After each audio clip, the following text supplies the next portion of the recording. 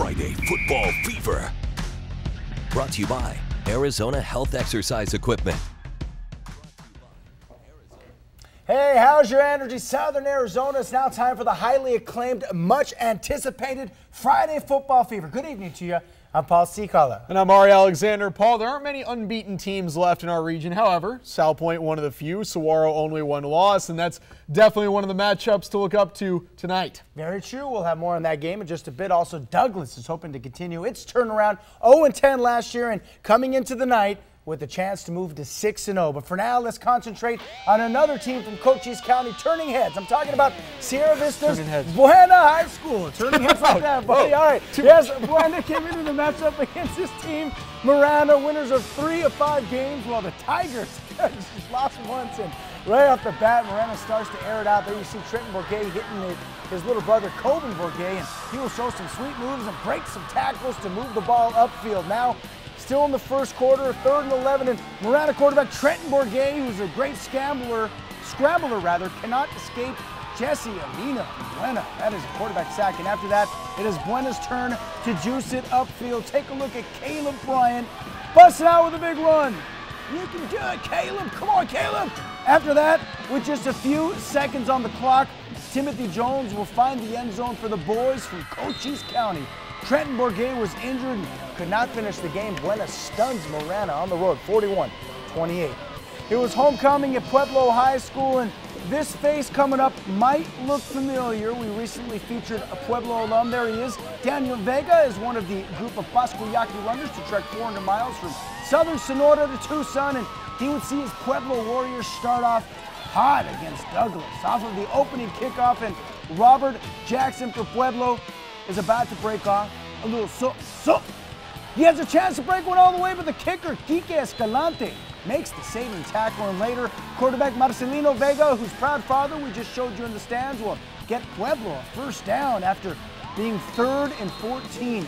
The Warriors would stall that drive, and then Douglas will get things going right off the bat. Christian Estrella, the former Tucson Roadrunners Player of the Week, with a nice game, but Pueblo gets the ball back, and Julian Lopez will take the reverse, and Lopez is making it happen, Captain. After everything's said and done, that's a first down for the Warriors. Then Marcelino Vega will hand the ball off to the big man, Omar Ibanez, and he is dragging the defenders into the end zone. Pueblo jumped out to a 20-0 lead at that point, never looked back, handing Douglas its first loss of the year, 47-zip. Hey, moving on from the banks of the Santa Cruz River and Pueblo High School, let's work our way north to the Oro Valley. Let's set things out to Ari Alexander. Hey, Paul, Coach Dustin Peace and CDO started the season with a loss, but since the Dorados have swept through the field 4 consecutive wins. Meanwhile, Catalina Foothills has had one of the toughest schedules in Southern Arizona, but they still have a chance to bounce back to 500. Foothills on the road at a packed Dorado Stadium, and CDO's defensive line showing out. Look at that, like 6 of them just cramming all in there. Then Catalina Foothills, Enrique Perez trying to run. He is going to get stuffed by like 5 Dorados. Then it's Joaquin Home. The touchdown pass to Logan Sanders, but CDO quarterback Zachary Eidenschink and Stevie Rocker and the CDO offense would go on to come back and pick up a win, 33-21. Canyon del Oro keeps home field. Let's go all the way to Vail, where Cienega hosting Sunnyside. Second quarter, game tied at 7, and Cienega is going to run the jet sweep to our Week 1 Player of the Week, Terrell Hayward. He's going to break off a huge run here. Looks like he might be gone, but he tries to cut it back, and Sunnyside able to stop him inside the red zone, but Hayward is not done. Luis Morales, the slant to Hayward. Touchdown Cienega, 14-7 Bobcats. Bobcats would also get it done on defense. Check out Andrew Husfelt getting to the Sunnyside quarterback. He's got him wrapped up, and Hunter Schlegel going to help Husfelt finish the sack. Cienega goes on to win at home, 28-7.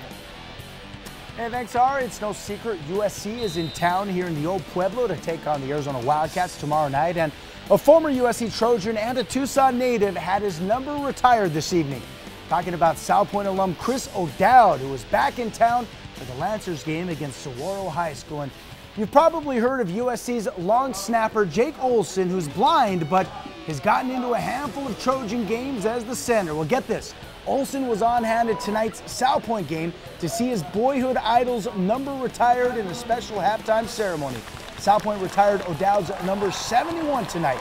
O'Dowd was an All-American center for the Trojans and was Olsen's favorite player growing up. Now, both the Trojans and both have a friendship that extends from USC and LA right here to the old Pueblo. Hey, as for the game itself, gotta love this. The Lancers head out to the field with students from the Arizona School for the Deaf and Blind, and in the first quarter, they would feel the positive energy as South Point's Devin Green gets the ball to Mario Padilla and El Jukebox, racing his way for your living room. That was a 25-yard pickup when everything's said and done, not to leave anything undone, and Padilla is about to juke his way into the end zone. 7-0 Lancers, and later, Green shows off his arm and he will connect with Lathan Ransom for the 24-yard score. South Point jumps ahead 14-0, and the Lancers, they stay unbeaten after the 28-12 victory. Let's head up north. Ironwood Ridge taking on Nogales and Octavio Audrey Cobos. Gonna find Andrew Cook on that little crossing route. Cook gonna make a few guys miss like he's El Jukebox. Then Nogales quarterback Oscar Felix throwing the pass out in the slant. That looks like he's down. That's not a fumble. Ironwood Ridge quarterback Fabian Figueroa gets through the line, jumping over some defensive linemen then. Andrew Cook gonna take the handoff, and he is gonna get in the end zone. Ironwood Ridge blows out Nogales 39-3.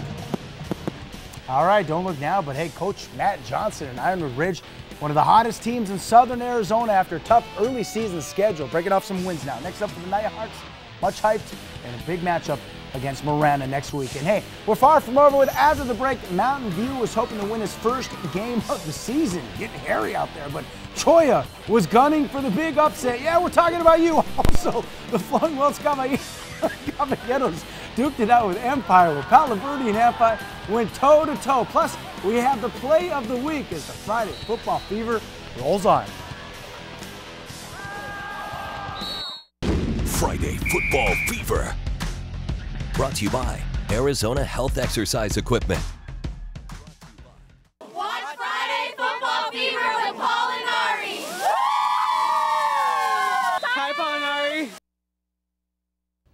Well, hello there. The Palo Verde cheerleaders represented strong tonight. Welcome back to the Friday Football Fever. How's your energy, my high school football fans? I'm Paul Cicala Ari Alexander standing by. But first, quick reminder, you can see all of the scores for all the big games right below on our ticker. And we'll have full rundowns on KVOA.com afterwards. But for now, let's get back into it, shall we? And the situation would get quite hairy from the onset for Troya High School as the Chargers hosted Mountain View. And get out of my way, buddy. Yeah, you. Alrighty, up 14-0. And Mountain View's quarterback Giovanni Ciaccio will be pushing his way forward and dash his way towards the end zone. It'll be first and goal. And a play later, Varney Larson is about to take it in. Like Flynn, Mountain View leads by 3 touchdowns, but on the ensuing kickoff, Troya's Orlando Chiquette with the return, and he is headed through the right sidelines before he'll cut up the middle. Could he go all the way? I say, no way.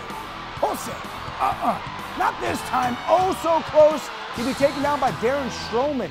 Could have been a touchdown.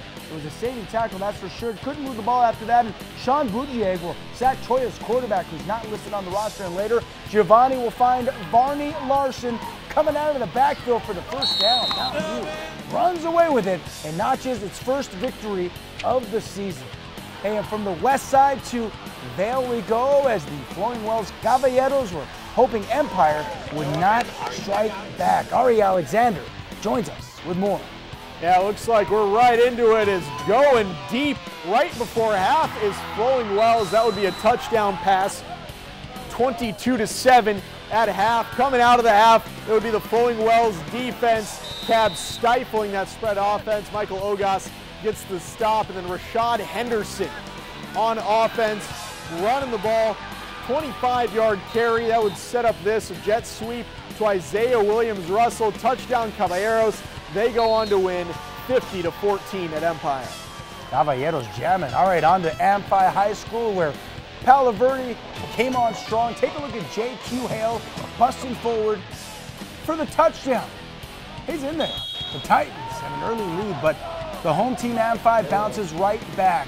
How about Julian Encinas taking it up the middle for a touchdown of his own? And after the celebration, Ethan Ross for the Panthers is about to get the ball in the next possession. He's no Nestle Quick, but he is Speedy Gonzalez. He will take it all the way to the house.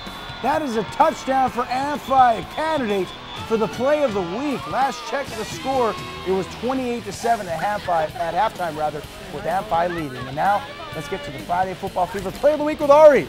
Now we're going to go right back to Amphi, where Amphi Panther Ethan Ross, you just saw it, watch it again, is going to break a 60-yard touchdown run as part of what we think was an Amphi win, 28-7 at half last time we checked.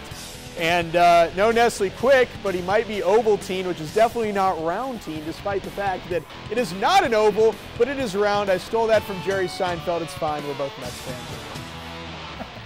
Touchdown, Amphi, of course, living it up for the home crowd. And what a play, what a night. Speaking of the night, unfortunately, it's that time of the night that we always look forward to the least. Time to say goodbye. That's right. Time to drink some hot chocolate and watch Harry Potter and watch highlights of high school football. Of course, you can go back to our website at KVOA.com, be able to see it over and over and over again. That's the way to do it. Also, we have some previews on KVOA.com on the showdown between USC and Arizona. Of course, for updates on the game, Ari Alexander, he'll be holding down the fort on the set while I'll be at Arizona Stadium filming all the highlights. And look out for some of those Twitter updates and, of course, more updates on KVOA.com as well. For Ari Alexander, I'm Paul Cicala. Have a positive, productive weekend filled with lots of joy and enjoy your montage of more high school highlights.